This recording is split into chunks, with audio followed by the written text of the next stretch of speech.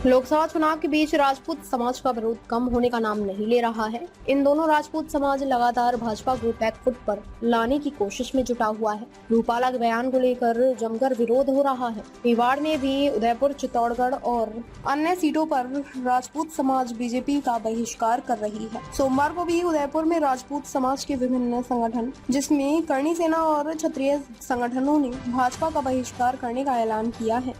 राजपूत समाज के पदाधिकारी का कहना है कि जिस तरह से भाजपा राजपूत समाज को खत्म करना चाहती है, इसलिए जहां राजपूत समाज का वर्चस्व है उन जगह टिकट काट दिए गए और जिस रूपाला का टिकट काटने की मांग की जा रही थी उसका टिकट बीजेपी ने अभी तक नहीं काटा। और चित्तौड़गढ़ में जब एक चैनल के इंटरव्यू के दौरान भी छात्राणी के साथ भाजपा के कार्यकर्ताओं द्वारा अभद्र व्यवहार किया गया, जिससे पूरा राजपूत समाज आक्रोश है।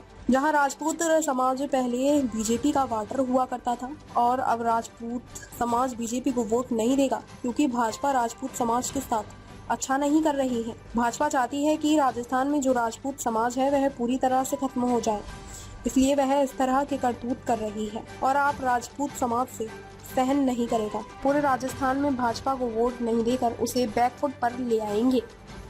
12 सीटों पे चुनाव हो चुका है, तो निश्चित तौर पे क्षत्रिय समाज ने भारतीय जनता पार्टी को सबक सिखाया और 4 तारीख को उसके परिणाम देखने मिलेंगे।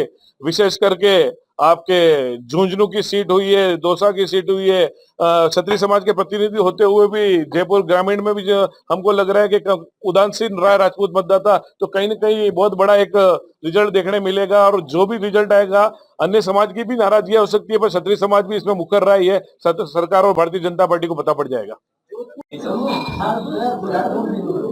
आज के राजनीतिक परिदृश्य में जहाँ पूरे देश में राजनीतिक दल अंतिम रूप से राजस्थान के अंदर भी चुनावी दौर में लगे हुए हैं, वहीं आज राजस्थान की सांस्कृतिक राजधानी उदयपुर के अंदर हम क्षत्रिय समाज के विभिन्न संगठन मिलकर एक नई राजनीतिक चुनौती पेश करने के लिए आए कि सत्तारूढ़ भारतीय जनता पार्टी द्वारा क्षत्रिय समाज का अपमान करना, इनके राजनीतिक प्रतिनिधित्व कम करना व उभरते हुए नए राजनेताओं को साजिशन, आतंकवादी या देशद्रोही बताने का जो अभियान भारतीय जनता पार्टी के आईटी सेल द्वारा चलाया जा रहा है, तो उसका मुंह तोड़ जवाब देने के लिए क्षत्रिय समाज की श्री करणी सेना, श्री राजपूत करणी सेना, महिला महासभा, युवा महासभा तथा अन्य सामाजिक संगठनों के माध्यम से आज हमने ये तय किया है कि हम मेवाड़ की चित्तौड़, उदयपुर व बांसवाड़ा, डूंगरपुर लोकसभा क्षेत्र पर क्षत्रिय समाज भारतीय जनता पार्टी को मतों का बहिष्कार करेगा।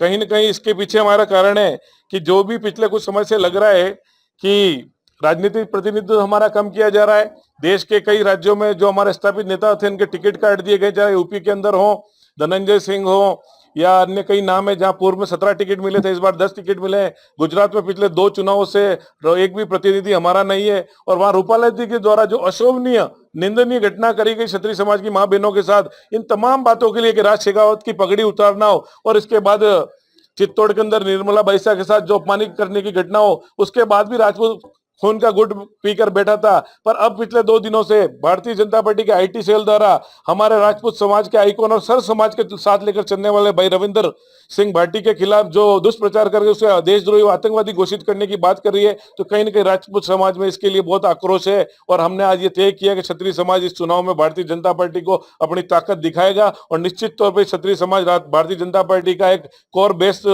मतदाता था, पर समाज में आज अंडर करंट है और समाज उनको मत नहीं देने की सोच रहा है। और आज इसकी मेवाड़ की पावन धरा से हमने इसकी घोषणा की है।